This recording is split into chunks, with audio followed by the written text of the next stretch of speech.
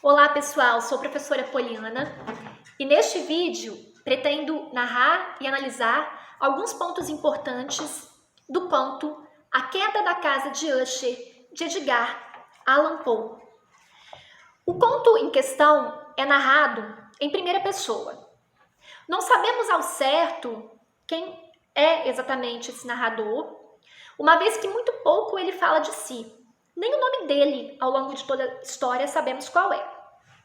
O pouco que ele expressa acerca de si versa sobre uma antiga amizade que ele cultivou, aparentemente ainda na infância, com uma das personagens da história, Roderick Usher. E agora, já adulto, ele recebe uma carta deste, amigo, convidando-o a passar um tempo na casa dos Ushers, uma vez que este amigo encontra-se doente e precisa de uma companhia, enfim, de alguém que lhe seja ali agradável, nessa possível doença que o levará à morte. E esse narrador, ele aceita o convite, ele realmente afirma que houve uma amizade muito grande entre ele e essa personagem, e ele aceita ir até essa casa. Não sabemos nada dele além disso, Aparentemente ele era uma pessoa bem resolvida, tanto que ele afirma que apenas quando viu a casa, ao se aproximar dela, que algumas coisas ruins lhe vieram, um sentimento amargo, que a casa lhe despertou, mas algo que ele não carregava consigo.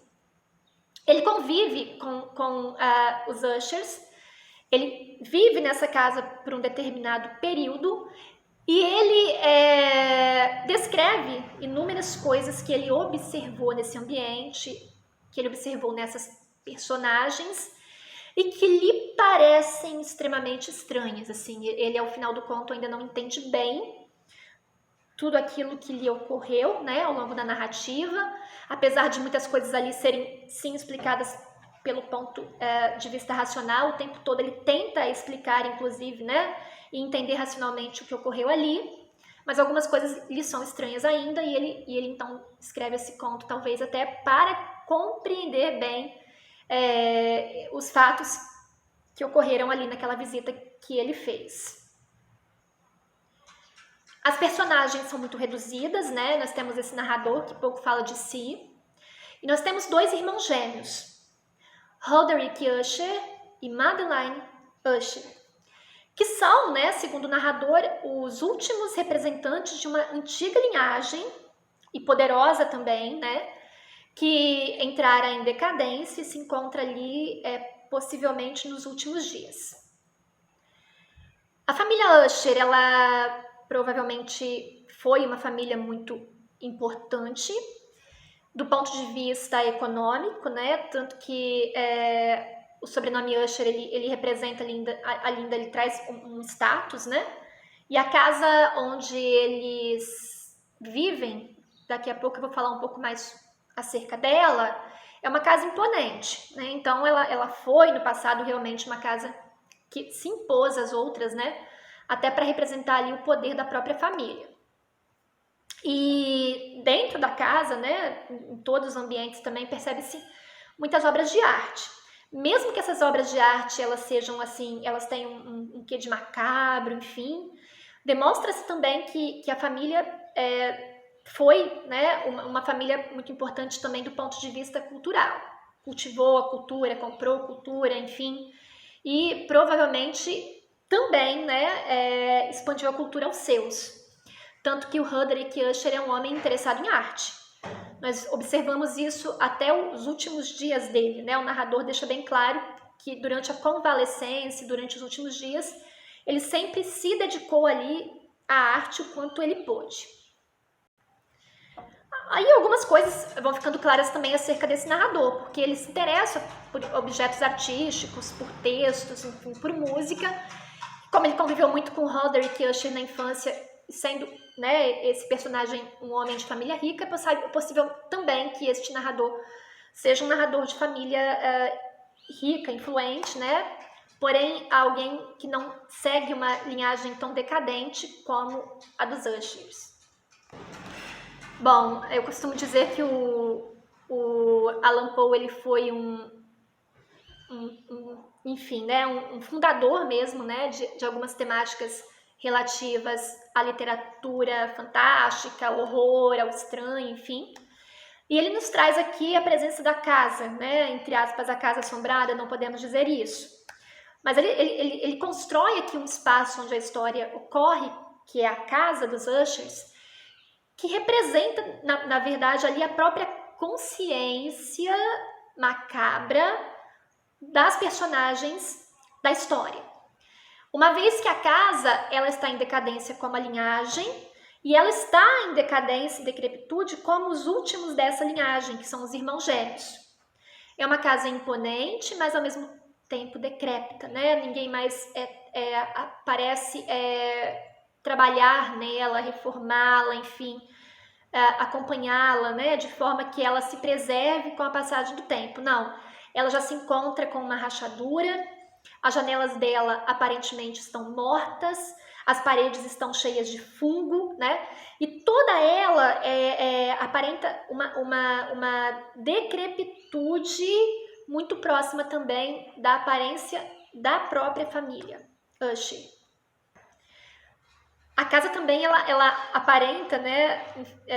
Ao mesmo tempo que ela está em decrepitude, ela aparenta vida, né? Porque há barulhos, há rangeres, há algumas coisas ali que racionalmente procura se explicar, né, causadas pelo vento, pela própria velhice do ambiente, mas ao mesmo tempo acabam por assustar um pouco esse narrador, né, porque a casa parece apresentar uma vida própria. Eu penso, na verdade, que a casa, ela na verdade, é a representação da consciência das personagens que ali estão, né? Do mesmo jeito que há corredores que não se sabe bem aonde levam, né?